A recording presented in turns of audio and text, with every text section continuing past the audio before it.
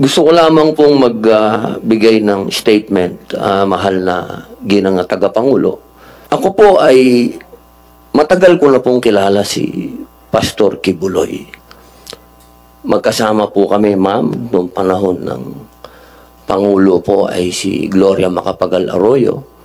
Kami pong dalawa ay magkasama sa peace, sa lahat po ng hakbang ni Presidente Gloria Macapagal Arroyo na magkaroon ng kapayapaan sa buong Pilipinas. Kahit isang beses, hindi po ako hiningan ng pera ni Pastor Kibuloy.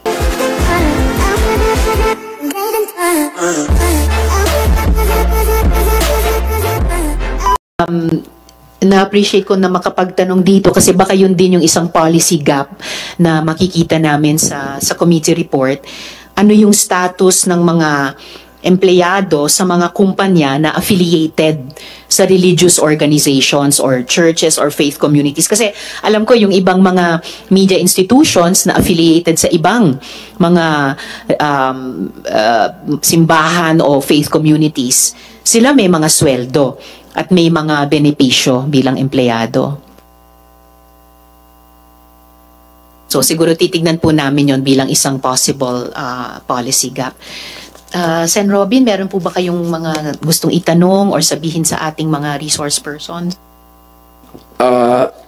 Muli po, magandang tanghali po sa inyong lahat. A'udhu billahi minasyaitanirrajim. Bismillahirrahmanirrahim. Alhamdulillah rabbil alamin. Bismillahi wa salatu wa salamu ala rasulillahi. Assalamualaikum warahmatullahi wabarakatuh.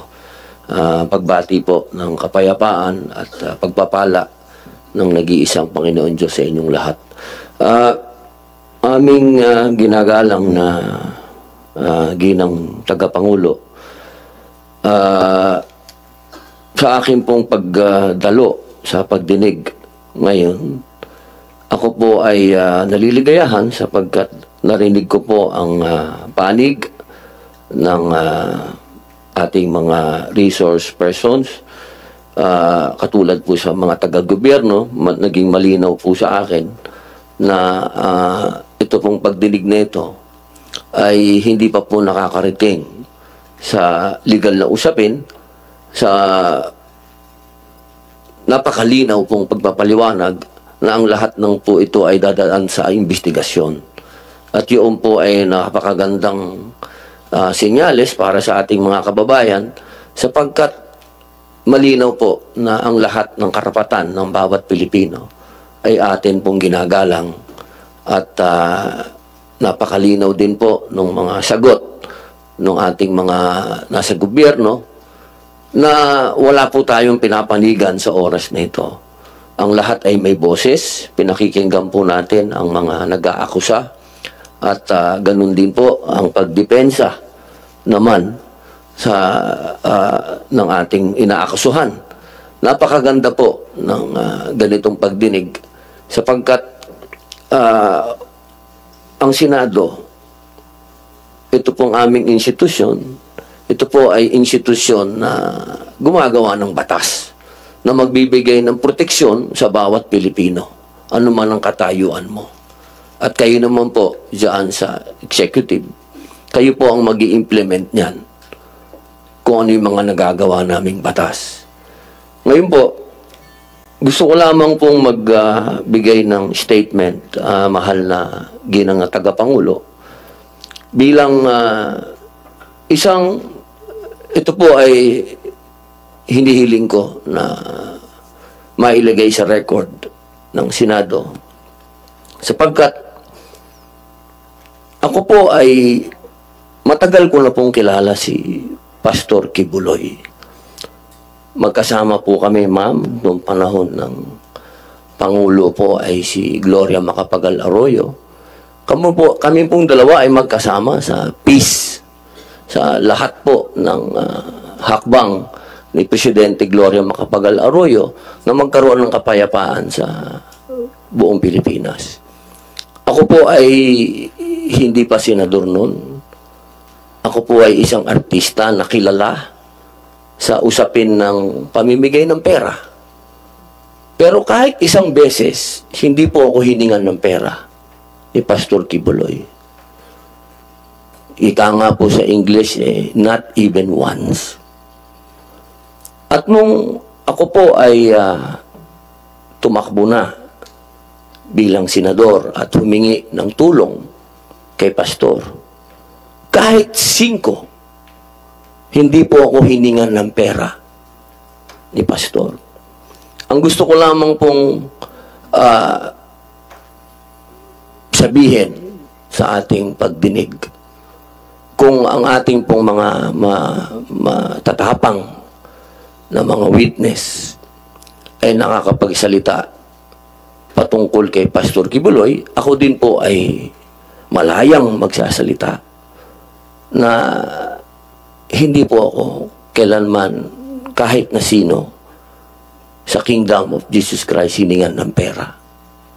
Not even once.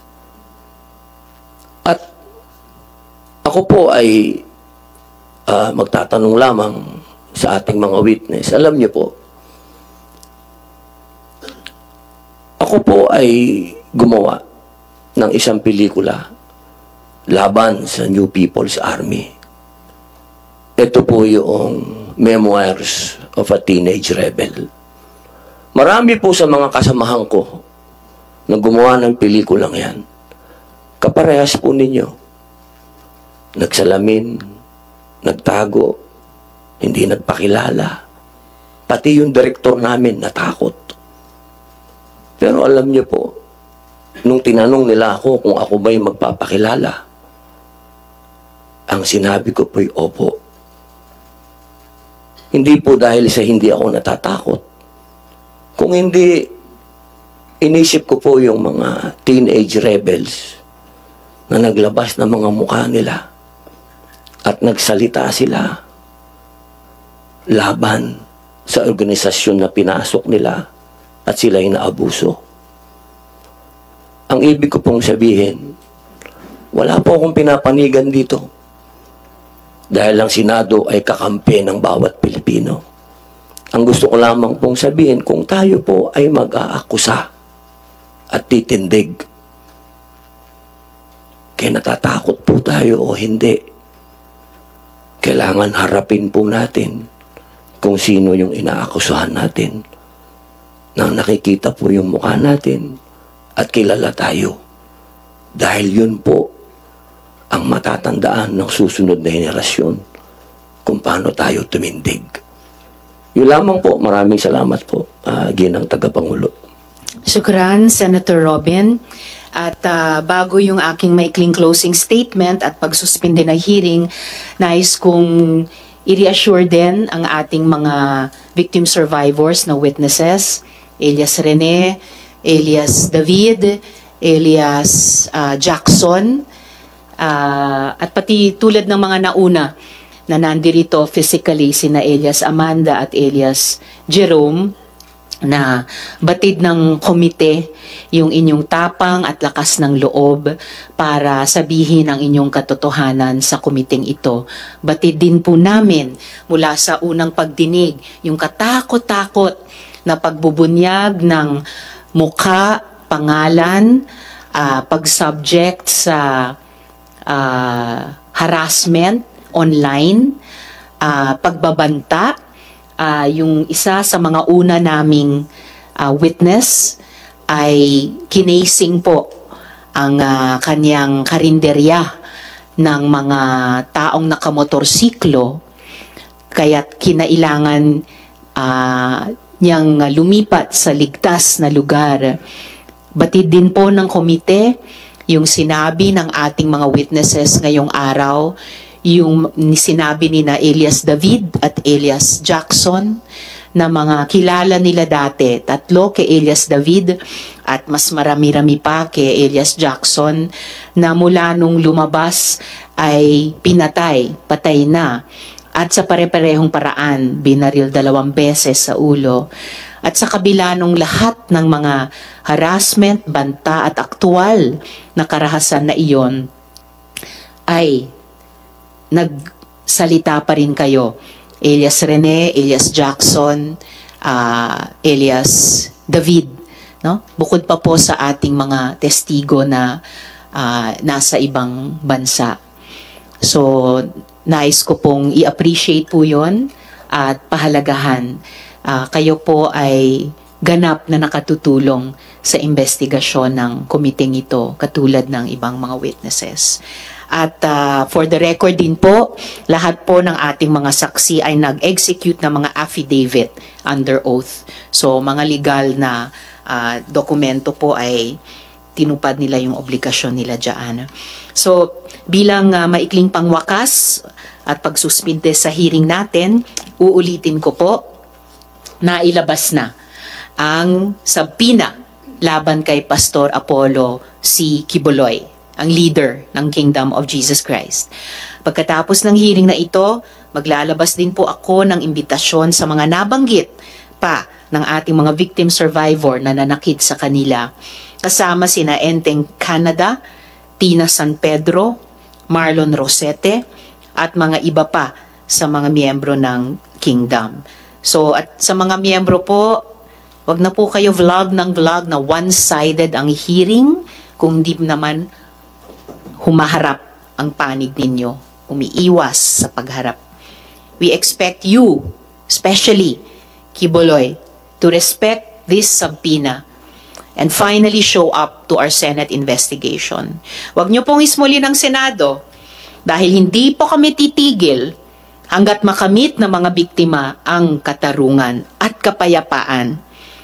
This subpoena is a continuing one since the next hearing is a continuation of this one. Sa lahat ng mga testigo ngayong araw, Elias Rene, Elias David, Elias Jackson, pati si Elias Ayona, maraming salamat sa inyong tapang. Alam namin na hindi madali ang pinagdaanan ninyo. Mas lalong hindi rin madali ang tumindig laban sa isang makapangyarihang tao. I know your courage will inspire even more to do the same. Kayong mga sumubaybay sa investigasyon namin noon kay Senyor Aguila at yung mga sumusubaybay ngayon sa mga pagtetestigo ninyo. Kaisa nyo po ako, kaisa nyo po ang komiting ito, kaisa nyo po ang Senado para sa inyong laban sa hustisya. At gaya ng sinabi ko kay alias Jackson kanina, pag may nanakit sa inyo, sasagot sila sa akin, sa komite, at sa buong Senado. Mabuhay po kayo, alias Rene, at lahat po kayo. At marami pong salamat sa lahat din ng ating mga resource persons ngayong umaga. Shukran, Senator Robin. This hearing is suspended.